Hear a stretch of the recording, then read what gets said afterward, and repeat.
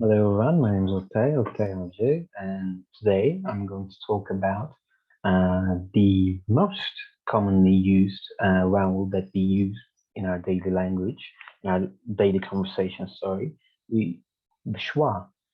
So what I'm going to talk about today is that at the beginning I'm going to rant about the English pronunciation a little bit, just a little bit, in order to make a great transition to, what is schwa, and after that, I'm going to talk about where do we use this schwa, and I'm going to talk about where we not use the schwa. And at the very end, I'm going to give you a sentence, a real life sentence that you can use in your daily conversations in order to, give you a better grasp of understanding the vowel schwa. So, starting with the ranting part. So, the English language for like maybe for some of us and throughout in the entire world, for some people it is very hard to learn, or instead of learn I can say that it's pretty hard to learn the pronunciations rather than the language itself. So for example, if you are from a, how should I say, if you're from Asia or if you're from Africa, I mean, you might have a hard time understanding the pronunciations of this language, this English language's pronunciations, right? Because your language is not like does not have a Indo-European root or does not have any like Latin-based alphabet, right? So it can be quite hard for people like Asian people or African people to learn the English language. But I mean, the vice versa applies to us as well because I mean, for us like Latin-based alphabet users, we don't actually, we actually have a hard time understanding or learning the symbols of the Chinese language or the Japanese language or the Korean language, right?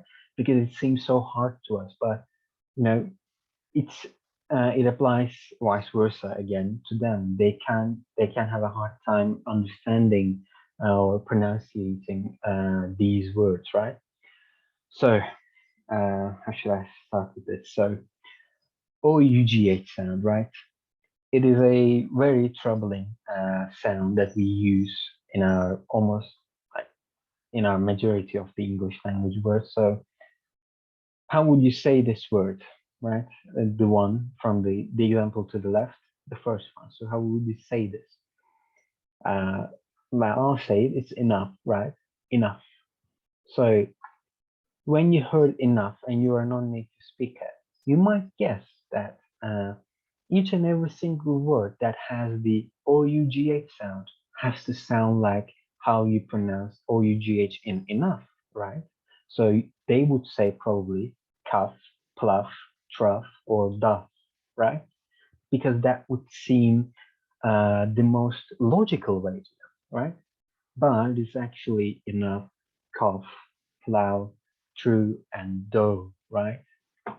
So it can be pretty hard for someone new to understand these, how should I say, these differences, right? Well, another uh, example that I can give to you is the letter A. So, sorry, I got messages. Uh, the letter A, the vowel A, how do we say it, right? Do we say it A? Do we say A? E? You know? Well, let's say like you're a non-native English speaker and you heard it as A, or you have it as A in your native language, right? We have this letter as A in our language. So as a Turkish non-native speaker, and if you're starting new, you could say like later or kal or kash or bas, right? Excluding the bas one, like each and every single other words are completely wrong. So you would say this letter as A as in later, or O as in like O as in call, or A as in cash, or A as in bath. But there is another way that you can pronounce this letter, right? And it's as in about, right? About. So what you see here, on the top left corner of the word about is what we call the schwa, right? The schwa. So as you can see from here, this is the symbol of it, right? So before, I've said it about as in about, right? So before I make some examples, I would like you to think how would you pronounce this symbol, right? When you look at the IPA chart here, you could make a pretty good guess on how would you make a sound for these, how should I say, these symbols, because they look like Latin letters, right? E, we have I here. You could say I or E, depending on your origins. You can say U, you can say O. In here, you can have a pretty good understanding that you're going to make a sound between A and E, right? Over here, around here. So, but as you can see, right in the middle, we have the schwa. So how would you guess that you would uh, pronounce this? Well, let's say that you don't know anything about the symbols and their pronunciations. So how would you think that you would pronounce this symbol? Well, it looks to me as a like backwards E from the Azerbaijani language, right? So I would probably say something like an right? Maybe. But in actuality, it is completely different. Well, as I've said before, it's like as in about, right? Well, as you can see from the slide that I'm giving here, I said that it's the most common vowel that we use in our daily conversation. So what do I mean by that? How can we use a sound that we don't know how to even pronounce in our daily conversation, and it is the most common, right? Well, before going to that, I mean, as you can see from the chart here, this is the only vowel sound that has its own name, right? As far as I know, maybe some of them probably have their own name, but as far as I know, this is the only vowel sound in the IPA chart that has its own name. All the other vowels have here, like nurse vowel or strut vowel, they all have some sort of, how should I say, they'll have some sort of an example before them, right? Strut vowel or nurse vowel. They all have something to, exemplify the pronunciation of it. But schwa doesn't have it. It has its own name. So, literally with that. So why is this common? Why is this the most common? How can we use this as the most common vowel sound? Well, the biggest reason probably is this. It's this, like as in about. Probably I've done it while I was trying to give you this presentation. I've probably said right? So you would make a schwa sound when you're trying to say right? So each and every single native or non-native speaker uses this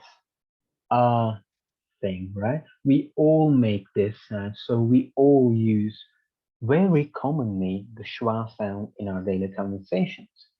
Well, obviously this is not a single reason. It has lots and lots of reasons why it's the most common. How should I say? It's the most common. Like again, I say because I don't know what I'm trying to say next. It's the most common because there are lots and lots of other reasons, and this is just one of them. So another reason, like one of the reasons is that in the English language, in the English alphabet, right? Not the IPA chart, but the alphabet, we have 5 vowels. It's A, E, I, O, and U, right? So what's happening here is that we, as you can see from the example from the right, about petition definite, potato, and support, right?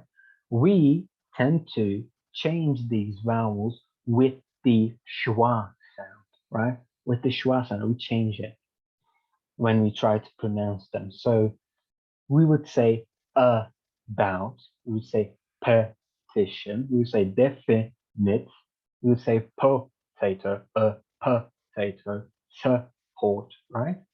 We would change the A, E, I, O, U, and I mean, we have Y here. Well, Y is not that important. It's sometimes considered as a vowel, sometimes it's not. It's undecided, but A, E, I, O, and U, we change these vowels into the schwa, like about, petition, definite, potato, and so forth, right? We change the vowels into schwa. This is another big reason that why schwa is the most common used vowel sound in our, like in the English language, basically. So, where do we not use the schwa, right? Well, as you can see from these examples here, separate, chocolate, and camera, right?